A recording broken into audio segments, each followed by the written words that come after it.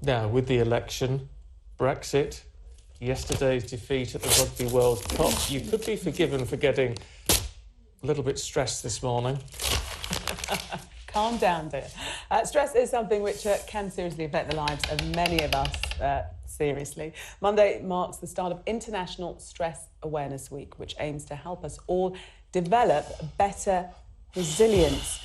So we're joined by the founder of International Stress Awareness Week, Carole Spiers, who's in the studio with us. Good morning. Good morning. You can see my colleague trying to de-stress. It's working with you, Gillian. How difficult is it for the majority of us to even identify that we're stressed in the first place? Well, you're exactly right, Gillian. The first thing is to recognise when you're stressed. So not sleeping at night, everybody knows we're not sleeping at night, not eating properly, not exercising enough. Your body actually tells you when you're stressed. The question is then, what do you do about it? It's part of the problem here, though, I'm thinking amongst youngsters, that it's actually quite trendy. It's on trend to be stressed. A lot of people say, my niece did it. I'm so stressed about exams. Well, because everybody else says they're stressed. It's the thing to do, it's the thing to say, rather than just building a resilience. We need to build a resilience. There's very little we can do about stress. Sometimes it's outside of our control, but we actually need to build our resilience in order to manage it.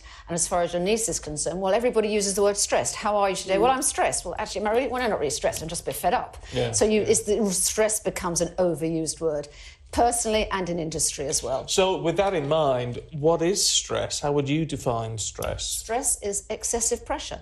So pressure is good for us. Pressure gets us up in the morning. Pressure we can manage. It's a motivator. But it's when it becomes stress and gets into the stress zone that it's not good for us. It's out of our control. And it's not a place where you want to be. And many people think that stress is good for them, but it's not. Pressure's good, stress is not. But how do you know when you tip over and the balance changes between the stress that actually gets you doing things and that sort of needing to meet deadlines and that type of stress, and the stress that's actually detrimental to your health?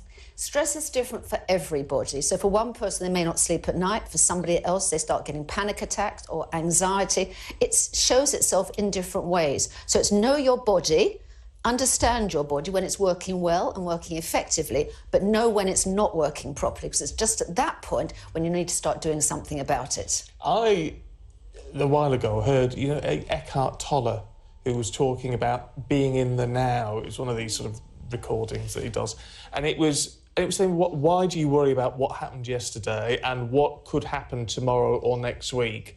Focus on the now, and is that a way we can deal with it? Very useful. Mindfulness is actually focusing on the present and at this moment, not what happened yesterday and what's happening tomorrow. Focus and appreciate what is actually happening today.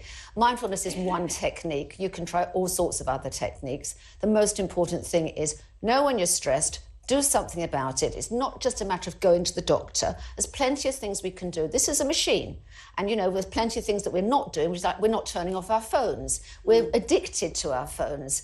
And, we go to bed at night with our phones next to us. It's not who you go to bed at night, it's what you go to bed at night with.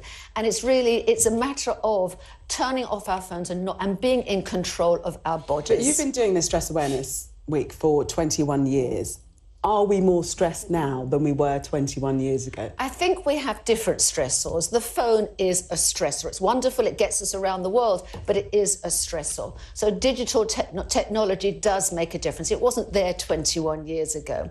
But something, people are people. We're having to manage our bodies. We're having to manage the machine, which is what it is.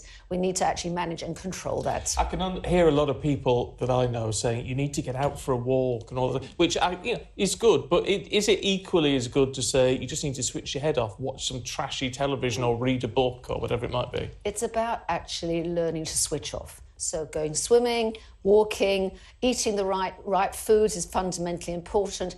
The most important thing is to know when to switch off. And you need to do that at the end of your day. So you compartmentalise your day, your work, close your office door, or if you're working at home, close your office door there. Doesn't matter. Actually make sure that you switch off. And whatever it is to help you switch off, do it. That's the problem, switching off. We're always accessible, aren't we, with that phone? Always at work. Well, true. But we'll try. Really good to talk to you. Thank you very much My indeed. pleasure. I feel better already. Do you? Yeah, I do actually. Will you feel better after we had the weather then? I doubt it. Here's Joe.